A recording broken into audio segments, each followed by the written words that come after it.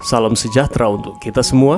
Pelajaran Sekolah Sabat dengan tema utama pada hari-hari terakhir ini, pekabaran kitab Ibrani, pelajaran pertama, surat untuk orang Ibrani dan untuk kita. Rabu, 29 Desember, maju bersama. Apa yang Rasul sarankan bagi para pembaca untuk lakukan dalam melihat situasi mereka? Apa yang bisa kita pelajari dari kitab Ibrani bagi keuntungan kita sendiri? Marilah kita menganalisis bagaimana Allah membantu Elia pulih dari keputusasaannya.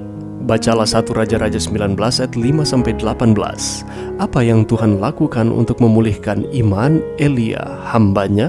Kisah tentang cara Tuhan berurusan dengan Elia setelah di Karmel sangat menarik karena menunjukkan kepedulian yang lembut dan kebijaksanaan yang dengan itu Tuhan melayani mereka yang berada dalam kesusahan dan berjuang untuk mendapatkan kembali iman. Tuhan melakukan beberapa hal untuk Elia. Pertama, Dia memperhatikan kebutuhan fisiknya. Dia menyediakan makanan dan membiarkannya istirahat. Kemudian, di dalam gua, Dia dengan ramah menegurnya, "Apakah kerjamu di sini, hai Elia?" dan membantunya mendapatkan pemahaman yang lebih dalam tentang bagaimana dia bekerja dan memenuhi tujuannya.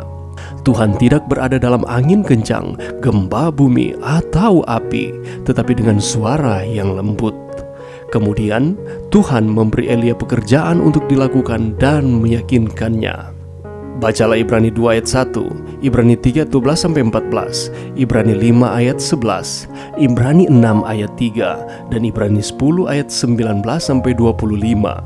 Apa yang Paulus sarankan bagi orang percaya agar dilakukan?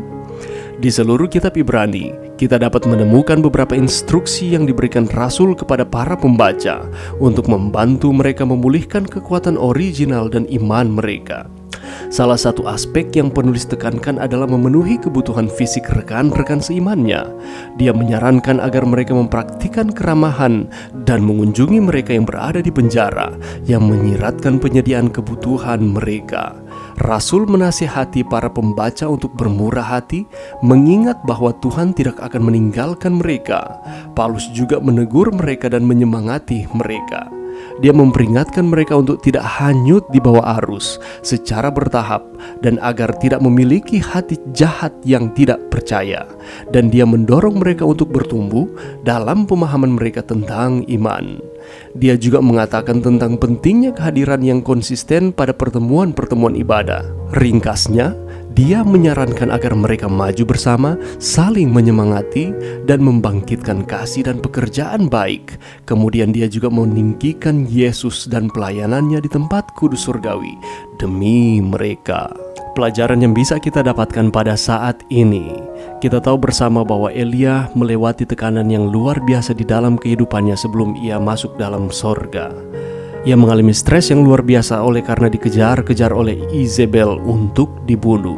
Itulah sebabnya kalau kita membaca di dalam 1 Raja-Raja 19, kita melihat frustrasinya Elia. Lalu apa yang ia lakukan?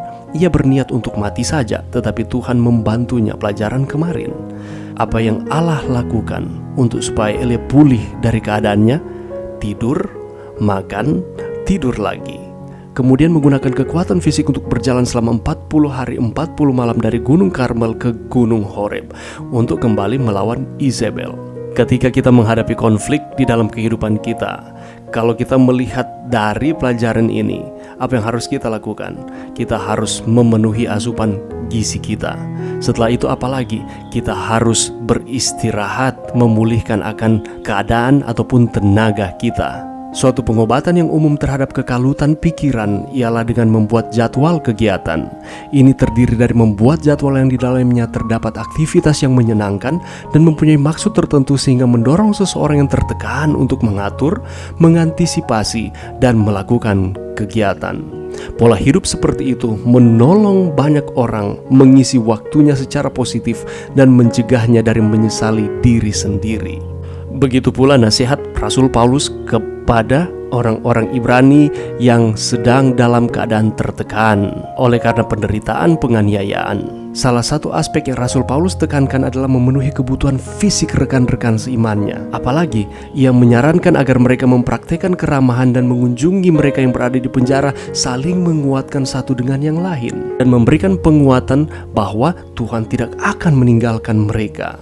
Paulus menegur dan menyemangati mereka, sehingga mereka tidak akan hanyut di bawah arus. Tidak lupa juga Paulus menekankan pentingnya kehadiran di dalam pertemuan-pertemuan ibadah, adanya hubungan komunikasi dengan Tuhan kita, meninggikan Yesus di dalam kehidupan kita. Sehingga walaupun dalam tekanan, kita bisa melewati akan tekanan tersebut dan kita akan keluar sebagai pemenang, mempertahankan akan iman. Sebagaimana dengan Elia, orang-orang Ibrani, demikian pula dengan kita. Kita memiliki banyak tantangan, banyak tekanan di dalam hidup.